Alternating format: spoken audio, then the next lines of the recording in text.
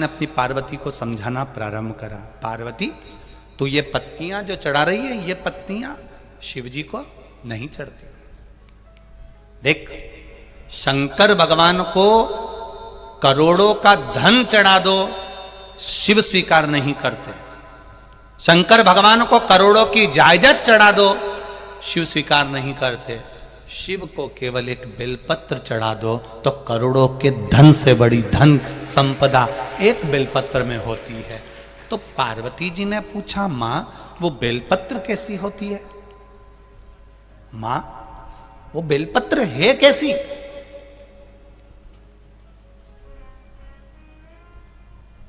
अब किसी ने एक प्रश्न किया, गुरुजी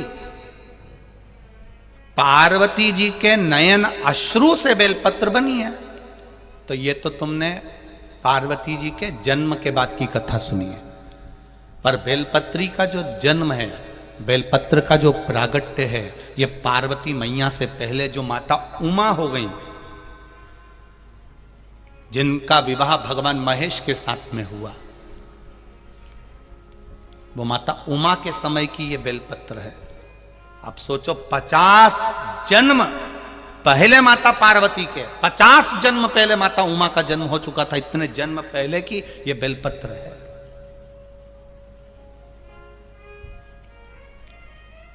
हम कई बार व्यासपीठ से कह देते हैं, लोग उसको हंसी में ले लेते हैं। हम कई बार कहते हैं, अगर आपने पार्वती जी को नहीं देखा, सती माता को नहीं देखा, उमा माता को नहीं देखा, कात्यायनी को नहीं देखा, कुष्मांडा को नहीं देखा, बमलेश्वरी को नहीं देखा, जगदम्बा को नहीं देखा, अन्नपूर्णा को नहीं देखा, आपने स्कंदा आदिक महागौरी जितनी माताएं हुई, इनका अगर दर्शन नहीं कराओ तो एक बेलपत्री को जब शंकर जी पे चढ़ाओ और शंकर जी पे चढ़ी हुई बेलपत्र जब उठाकर जब उसको अपने मस्तिष्क से लगाओ, समझ लेना कि सारी माताएं उस बेलपत्र के अंदर विराजमान हो जाती हैं, जो शिव के पास में चढ़ी जाती हैं। एक बेलपत्री में 64 योगनियां विराजमान है, एक बेलपत्री में 33 कोटि देवता विराजमान है, एक बेलपत्री में अष्ट भैरव विराजमान है, एक बेलपत्री में अष्ट विनायक विराजमान है, एक बेलपत्री में अष्ट लक्ष्मी विराजमान है, एक बेलपत्री में 33 कोटि देवताओं का आनंद विराजमान है। वो बेलपत्र कोई साधारण नहीं होता। पार्वती तू शिव जी को एक बेलपत्र चढ़ा। ये माता मैनावती अपनी पार्वती को कह रही है। कहां कह रही हैं? पूजन वाली जगह से बाहर ले जाकर। अब जरा समझ लीजिए, छत्तीसगढ़ के और जितने लोग आस्था चैनल पर कथा सुन रहे हैं, जितने लोग फेसबुक यूट्यूब पर सुन रहे हैं और जितने लोग यहां बैठकर कथा सुन रहे हैं, मैनावती में और हम में अंतर है। हम व्यक्ति को टोकते कहां पर हैं? भगवान की जब वो पूजन कर रहा होता है तब। मैनावती ने वहां नहीं टोका, पार्वती को वहां नहीं बोला। मैनावती ने देख लिया कि पूजन कैसी कर रही है, पत्ती कैसी चढ़ा रही है, क्या कर रही है, तब पार्वती मैया का हाथ पकड़कर बाहर लेकर गई शंकर के मंदिर से, शिवालय से बाहर ले जाकर मैनावती ने कहा कि पार्वती, शिव जी को अगर तू बेलपत्र चढ़ाएगी तो शंकर भगवान स्वीकार करेंगे। ऐसे तुझे बेलपत्र चढ़ाना है, ऐसे तुझे जल चढ़ाना है। ये शिव जी के सामने मैनावती ने नहीं कहा, शिव जी के पास से जाकर कहा। क्यों? अगर मैनावती कहती है मैं शंकर जी के सामने बैठकर तुझे अगर ज्ञान दूंगी तो वो ज्ञान श्रेष्ठ नहीं होगा। भगवान को लगेगा कि मैनावती को इतना अहंकार आ गया, इसलिए मैं वहां ज्ञान नहीं दे सकती, मैं तो भोलेनाथ जी के चरणों की दासी हूं, बाहर जाकर समझाऊंगी। और हम उल्टे हैं। कई माताओं की आदत रहती है, मंदिर में कोई पूजन करने आई और इसने टोकना, इधर मत बैठो, उधर बैठो, ऐसे मत चढ़ाओ, ऐसे चढ़ाओ, ये मत करो, ऐसा करो, तो समझ लेना ये मैनावती से भी ऊंची है। मैनावती से भी ऊंचा ज्ञान इसमें आ गया, जो ये शंकर जी के सामने बैठकर ज्ञान दे रही है। माता ब्रह्मा जी की धर्म पत्नी ब्रह्माणी को अहंकार आ गया था, सरस्वती को अहंकार आ गया था, वीणा देवी को अहंकार आ गया था कि मुझ में स्वर की आनंदता है, मैं स्वर की देवी हूं, मुझ में संगीत भरा है, मुझ में स्वर भरा है, मुझ में विद्या भरी है, मुझ में ज्ञान भरा हुआ है। ब्रह्मा जी ने जान लिया कि इसको इतना अहंकार आ गया, ब्रह्मा जी उसको शिव जी के पास ले गए। शंकर जी ने जान लिया कि सरस्वती को इतना अहंकार है, शंकर जी ने एक सभा रखी, इंद्र के यहाँ पर सभा चल रही थी, सब बैठे थे, देवादिदेव महादेव उस जगह पर पहुंच गए। तुमरुका जी आ गए, शंकर भगवान के भक्त तुमरुका जी, जिनके हाथ में वीणा है, करताल है, मुख घोड़े का लगा है, मुख घोड़े का लगा।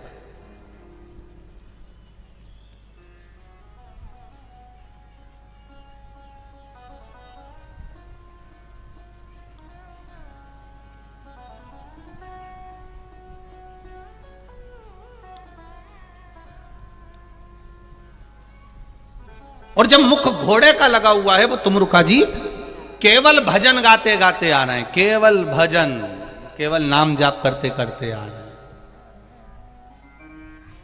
अब इंद्रदेव ने सरस्वती माता से कहा, मां आप भी वीणा उठा लो। देवऋषि नारद से कहा, आप भी वीणा उठाओ। इधर सरस्वती मैया गाना चालू करती है तो सारे देवता उठ उठ कर चले जाते हैं, और तुमरुका जी गाना चालू करते हैं तो 33 कोटि देवी देवता आकर बैठ जाते हैं। सरस्वती मैया की आंख में से आंसू बहने लगे कि मेरी गायकी में, मेरे स्वर में ऐसा क्या है कि सारे देवता चले गए, और वो घोड़े का मुंह लगा है, शंकर जी का भक्त घोड़े का मुंह लगा है और गा रहा है।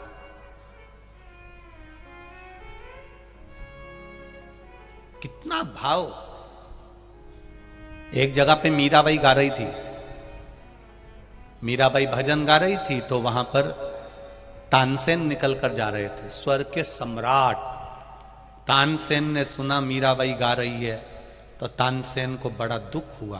तानसेन ने कोयला उठाया, उठा के दीवाल पे रख दिया, कृपया राग में गाएं, क्योंकि मीराबाई राग नहीं जानती थी, मीराबाई तो प्रेम से गा रही थी।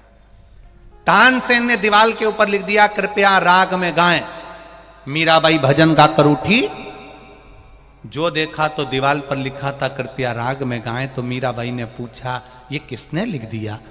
तब लोगों ने कहा, तानसेन निकल कर गए थे, स्वर के सम्राट, जिनकी आवाज सुनने के लिए तो अकबर भी आनंद करता है, जिसको सुनने के लिए सब बैठे रहते हैं, बड़ी बड़ी सभाएं होती हैं, वो तानसेन ने लिखा है, मीराबाई तुम्हारे लिए लिखा है, कृपया राग में गाएं। मीराबाई ने कोयला उठाया,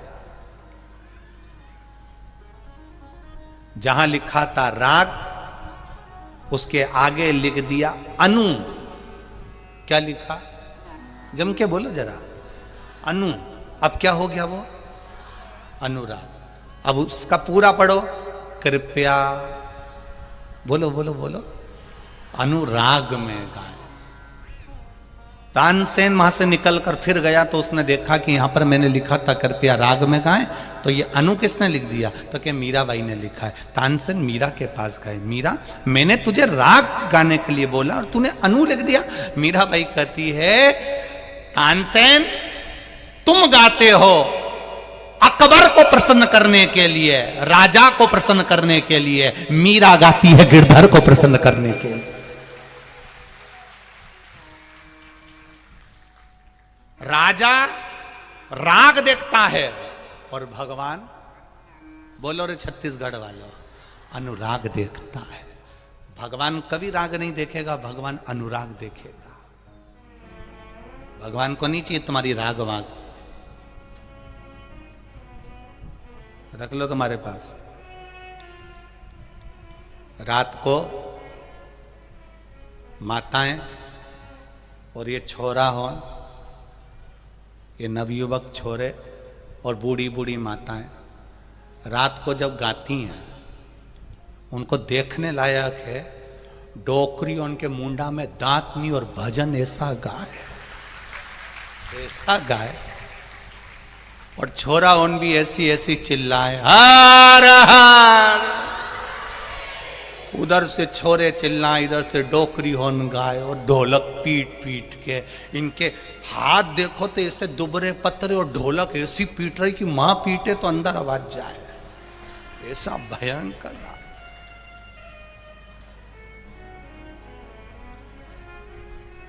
और कोई तो नाच रही, कोई गा रही, कोई घूम रही, कोई भाई बैठी बैठी डोल रही। एक वीडियो देखा था हमने, तुम्हारे छत्तीसगढ़ के लोग बहुत वीडियो डालते हैं, तो वो वीडियो देखा था, तो उसमें एक मई बैठ गई और कोई डोकरी भजन गा रही, तो वो यूं ही घूम रही फिर कन्नी जैसी वही घूम रही। तो और हमारा तो निवेदन है, बालोदा बाजार या आसपास के जितने शहर लगे हैं, कौकड़ी गांव के जितने आसपास में नगर लगे हैं, ये नज़ारा बार बार देखने को नहीं मिलेगा। आओ, दर्शन करो और अपने जीवन को धन्य बनाओ। कोई चाय फ्री बांट रहा है, कोई बिस्कुट बांट रहा है, कोई पोहा बांट रहा है, कोई हलवा बांट रहा है, कोई बिस्कुट के पैकेट बांट रहा है, कोई कॉफ़ी पिला रहा है, कोई दूध पिला रहा है, कोई भोजन खिला रहा है, कोई पूड़ी सब्जी बांट रहा है। धन्य है छत्तीसगढ़ की धरा। आप लोगों को साधुवाद देता हूँ, बहुत बहुत बहुत बहुत साधुवाद है आप लोगों को। अपने धन का सदुपयोग किया है आपने, अपने धन का।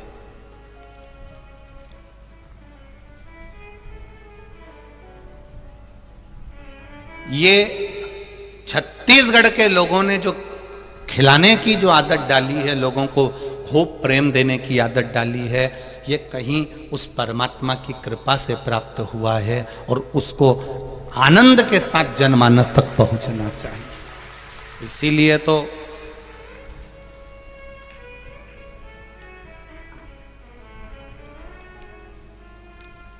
छत्तीसगढ़ का सबसे प्रबल, धान के कटोरे का सबसे प्रिय त्योहार कल आ रहा है।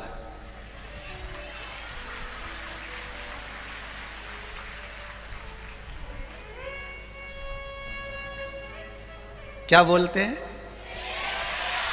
छेर छेरा, माई कोठी के धान हरे तेरा।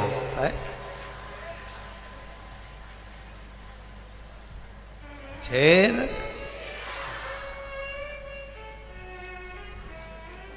स्वयं अन्नपूर्णा मैया अपने किसान भाइयों के घर पर जाकर भिक्षा मांग लेती है महादेव को देने के लिए। ये वो त्योहार छेर, चाहे करोड़पति हो चाहे रोड़पति हो, वो भी भिक्षा मांगने के लिए जाता है कि एक मुट्ठी धान मिल जाए और वो जीवन का आनंद कर जाए। ये वो छेर छेरा, ये सुख है।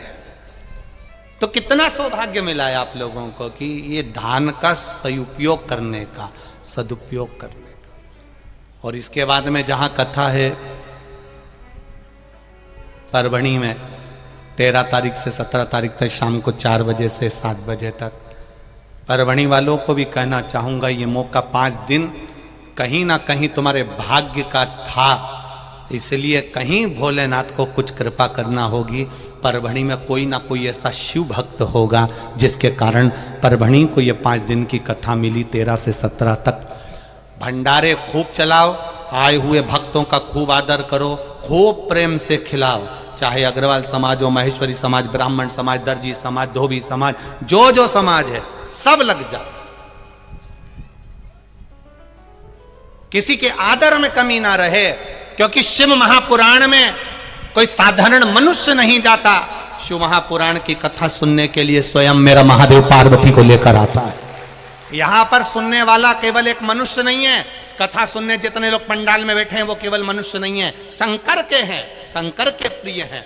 क्योंकि तुम्हारे पहचान वाले की शादी में, तुम्हारे जैसे कोई अच्छे रिश्तेदार की शादी है, रिश्तेदार की शादी में वही जाता है जिसकी उससे बहुत घनिष्ठता होती है। तो शिव महापुराण में वही आता है जिसकी शंकर से बहुत घनिष्ठता होती है, जिसका प्रेम शिव के प्रति है, जिसका स्नेह शंकर के प्रति है, जिसकी वात्सल्यता शिव के प्रति है। मिला मौका।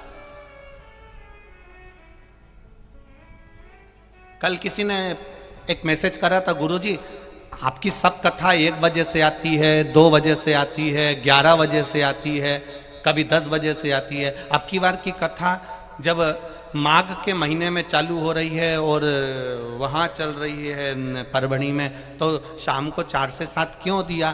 तो हमने समीर जी को यह बात बोल दी थी कि एक कथा हमारा मन है, शंकर भगवान का जो समय होता है प्रदोष काल, हमारा मन था कि कम से कम 2 दिन 5 दिन या 7 दिन की कथा प्रदोष काल में माघ महीने में श्रवण करी जाए। तो माघ महीने की जो कथा है 5 दिन की, वो आप लोगों को वो आनंद के साथ प्रदोष काल में, शिव का जो समय है, शंकर का जो समय है, उस प्रदोष काल में हमें श्रवण करने को मिलेगी।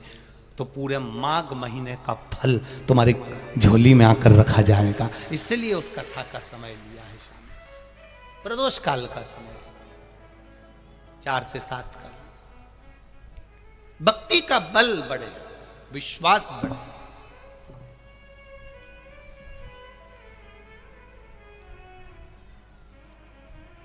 सरस्वती मैया का जब अभिमान आया तो माता सरस्वती को भी भगवान शिव ने ही ज्ञान प्रदान किया।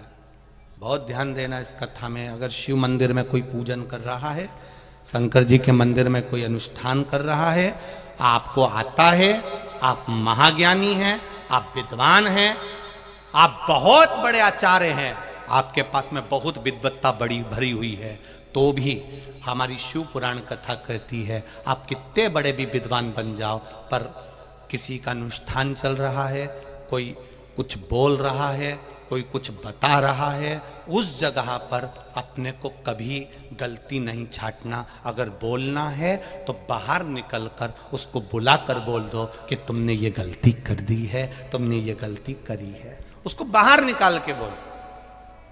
विद्वान की विद्वत्ता,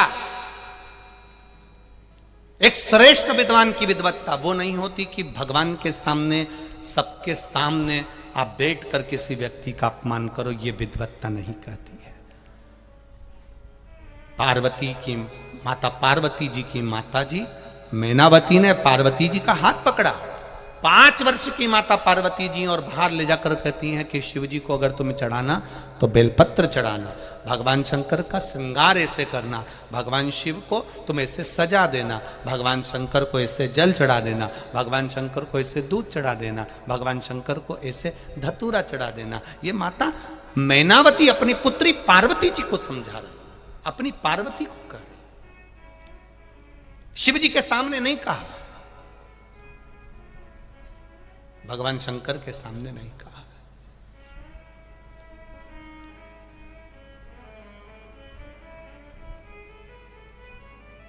अब